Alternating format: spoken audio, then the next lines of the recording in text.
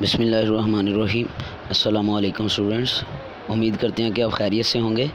Physics 10th class online lecture हम जो है वो रिकॉर्ड कर रहे हैं आपके लिए। सेकंड चैप्टर हम इसमें पढ़ रहे हैं बच्चे। सेकंड चैप्टर का हमारे पास जो है तकरीबन दूसरा टॉपिक मुकम्मल हो गया। कल intensity level, sound intensity level को हमने कल सीखा। इसका कल हमने फार्मूला जो है वो सीखा था, उसके यूनिट बेल और डेसिबल वो पढ़े थे। आज जो है इसमें एक तो फर्स्टली हम इसका एग्जांपल करेंगे। पहले नंबर पे 11.1 जो है एग्जांपल इसी से रिलेटेड है वो करेंगे, और फिर आगे जो है वो रिफ्लेक्शन ऑफ साउंड पढ़ेंगे। साउंड की रिफ्लेक्शन कैसे होती है, जैसे हमने लाइट की रिफ्लेक्शन पढ़ी थी, इसी तरह से हमारे पास जो है वो साउंड की रिफ्लेक्शन है। रिफ्लेक्शन में नक्स होना होगा, इसमें देखेंगे कौन कौन सी प्रॉपर्टीज़ हैं, क्या क्या इसमें हमें फिनोमिनाज या कैसे ये रिफ्लेक्शन होती है, ये हम सारा प्रोसीजर देखेंगे। उससे पहले एग्जांपल देख लें। Calculate intensity level. Intensity level जो है हमने फाइंड आउट करना है जी। फेंट जो ऑडिएबल साउंड है और रसलिंग ऑफ लीव्स का, यानी एक तो उस आवाज़ का जो सबसे कम मध्यम है, यानी 10⁻⁻12 वाट पर मीटर स्क्वायर कह लें, जो बिल्कुल ही मध्यम सबसे होगी। और दूसरे नंबर पे हमारे पास जो रसलिंग ऑफ लीव्स है, पत्तों की सरसराहट जो है, उसका इंटेंसिटी लेवल जो है आज हम फाइंड आउट करेंगे। तो देखें, सबसे पहले इसमें ए पार्ट जो है, बल्कि इससे पहले जो है वो हम इनकी वैल्यूज़ लिख लेंगे। इनकी intensity level of faintest audible sound can be calculated by substituting I is equal to I0 किसके इक्वल रखेंगे जी, 10⁻12 के जो इक्वेशन है 11.5, उसमें वैल्यूज़ अगर हम पुट कर दें इसमें, तो इंटेंसिटी लेवल ऑफ जो हमारे पास फेंट ऑडिएबल साउंड है उसका आ जाएगा जी 0 डेसिबल। ये 10⁻12 कैंसिल हो जाएगा log 10 से, और जो क्या रह जाएगा जी इसमें जस्ट 0 डेसिबल रह जाएगा।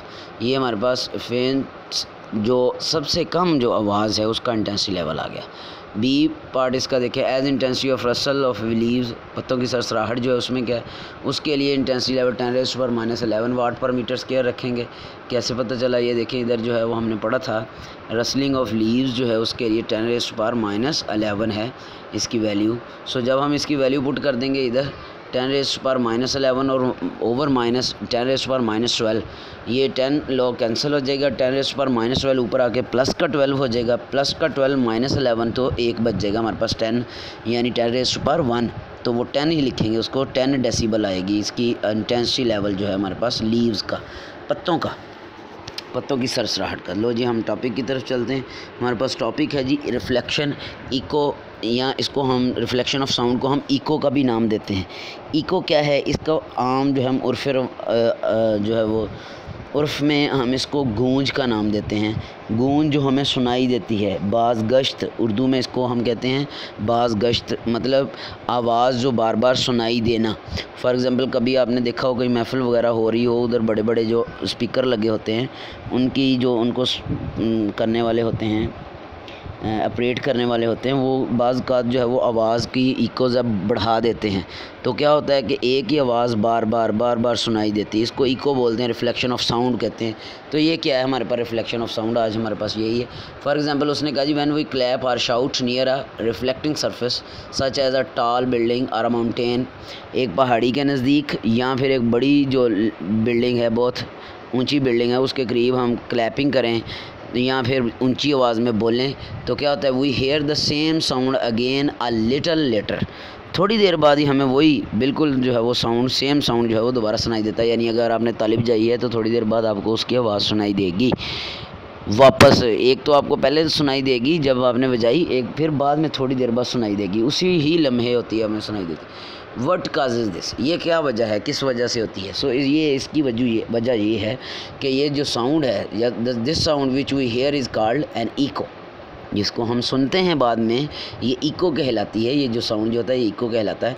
And is a result of reflection of sound from the surface, और ये असल में रिज़ल्ट होता है किसका, जो साउंड हमने, जैसे कि ताली बजाई है, ताली की आवाज़ जो है वो टकराएगी जाके वाल से, दीवारों से, और फिर वापस आएंगी, तो ये जो हमें दोबारा वापस आके सुनाई देगी रिफ्लेक्ट होके, इसको बोलते हैं हमारे पास इको या reflection of sound.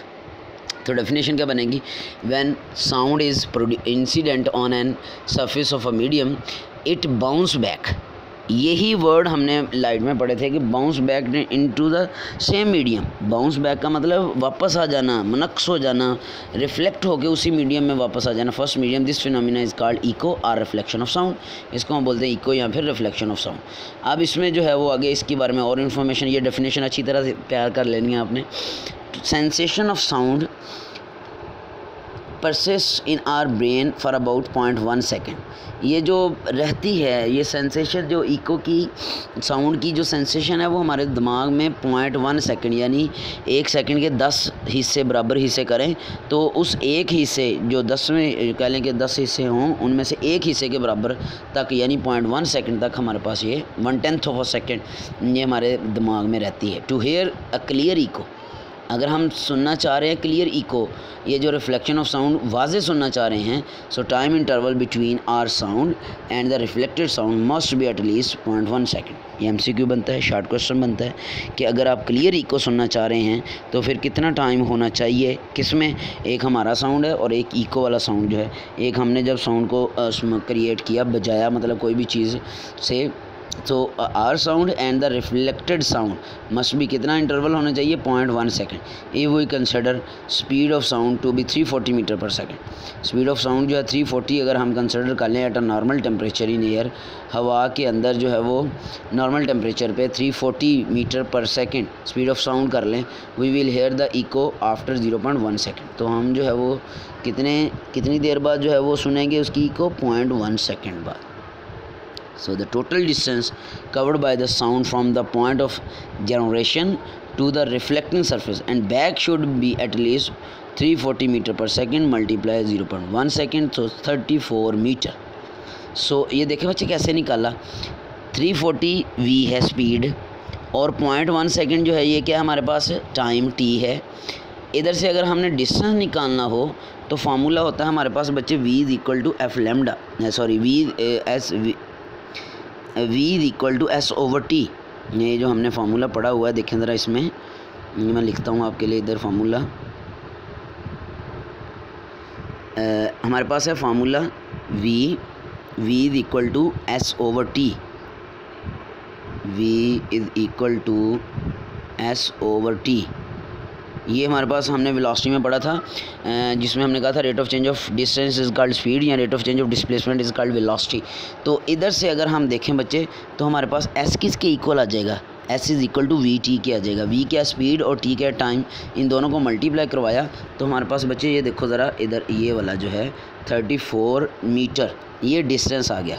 So for hearing distant holes जो है हमारे पास द मिनिमम डिस्टेंस जो है वो ऑब्स्टेकल से सोर्स का कितना होना चाहिए जी, वो 17 मीटर होना चाहिए। कितना होना चाहिए बच्चे, 17 मीटर। 17 मीटर का मतलब ये है हमारे पास कि जो है इसमें इको जो सुनने के लिए हमारे पास मिनिमम डिस्टेंस जो है वो 17 मीटर इसलिए होना चाहिए कि होना तो 34 है, निकला तो आंसर तो 34 निकला है, लेकिन इसका हाफ होना चाहिए। 34 ये है कि जब अगर मैं आवाज़ दे रहा हूँ, मेरे मुंह से निकली आवाज़ गई जाके दीवार पे टकराई, फिर दीवार से मेरे कानों तक आई यानी मुझ तक दोबारा पहुंच गई, तो ये 17 मीटर उसने जाने में 17 मीटर आने में तय किया। टोटल 34 मीटर ही है, लेकिन हम उसका हाफ लेंगे, इतना डिस्टेंस उनके दरमियान में होना चाहिए इको क्लियर सुनने के लिए। सो ये भी शॉर्ट क्वेश्चन है। एक तो इसमें ये याद रखना अपने पॉइंट कि 0.1 सेकेंड टाइम चाहिए, इतनी सेंसेशन हमारे दिमाग में रहती है इतनी देर तक। फिर दूसरे नंबर पे कितना फासला होना चाहिए फॉर क्लियर इको, 17 मीटर।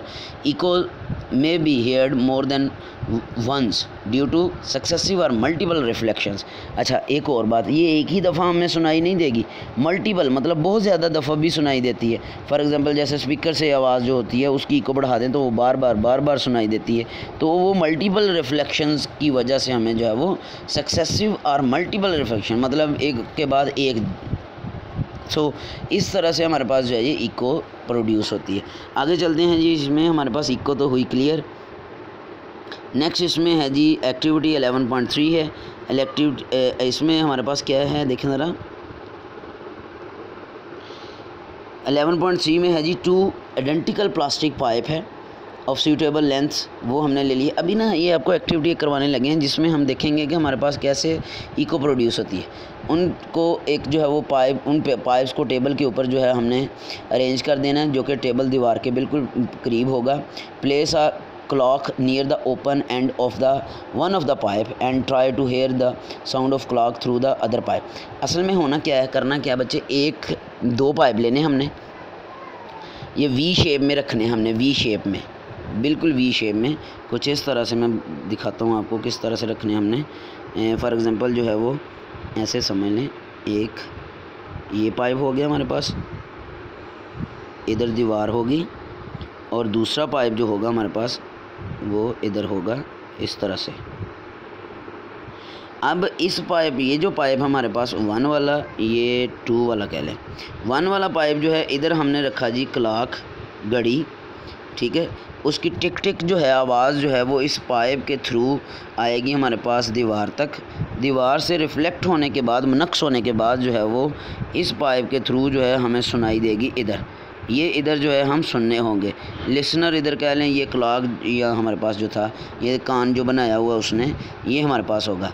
सो इस तरह से क्या होगा, हमारे पास जो साउंड है वो रिफ़्लेक्ट होके हमें जो है वो सुनाई देगा। अब इसमें वो कहता है कि आप मेजर करें दो चीज़ें, और जैसे हमने उधर पढ़ा था, लॉ ऑफ रिफ्लेक्शन पढ़ा था ना, incident angle is equal to reflected angle. So इधर भी वही है। Now measure the angle of incidence and reflection and see the relationship between the angles. Left of the pipe on right vertical to a small height and observe what happens. So ये हमारे पास जो है इसमें lift the, जो इसको अगर हम ऊपर उठा दें तो हमारे पास क्या होगा, तो हमें आवाज़ जो है वो कम सुनाई देगी। इस तरह से होगा। ये दो एंगल जो हैं आपने, फॉर एग्ज़ाम्पल ये अगर हम नॉर्मल ड्रा करें, ये इंसिडेंट एंगल और ये रिफ्लेक्टेड एंगल जो है, इस तरह से ये हमने जो है बच्चे इनके एंगल भी फाइंड आउट कर लेने। तो ये थी रिफ्लेक्शन ऑफ साउंड के लिए एक जो है वो एक्टिविटी। अच्छी तरह से इसको भी पढ़ लें, आप पढ़ के देखें, इसमें अगर कोई क्वेश्चन हो तो पूछें। ये फॉर योर इन्फॉर्मेशन में देख लें। साथ चलते चलते हमारे पास जो है ये एक जो आपको नज़र आ रहा है, ये क्या है, हमारे पास एक एम्पलीफायर, एक माइक्रोफोन है जिसमें हम बोलते हैं, फिर एम्पलीफायर है, फिर ऑसिलोस्कोप से इसको अटैच किया गया है। By using an oscilloscope you can see sound wave. असल में जब मैं बोल रहा हूँ, फॉर एग्ज़ाम्पल मैं बोल रहा हूँ, तो ये इसकी वेव फॉर्म अगर हमने देखनी हो तो एक बच्चे हम यूज़ करते हैं डिवाइस जिसको हम नाम देते हैं ऑसिलोस्कोप का। ये जो है ना ऑसिलोस्कोप दिखाई हुई है ये वाली आपको।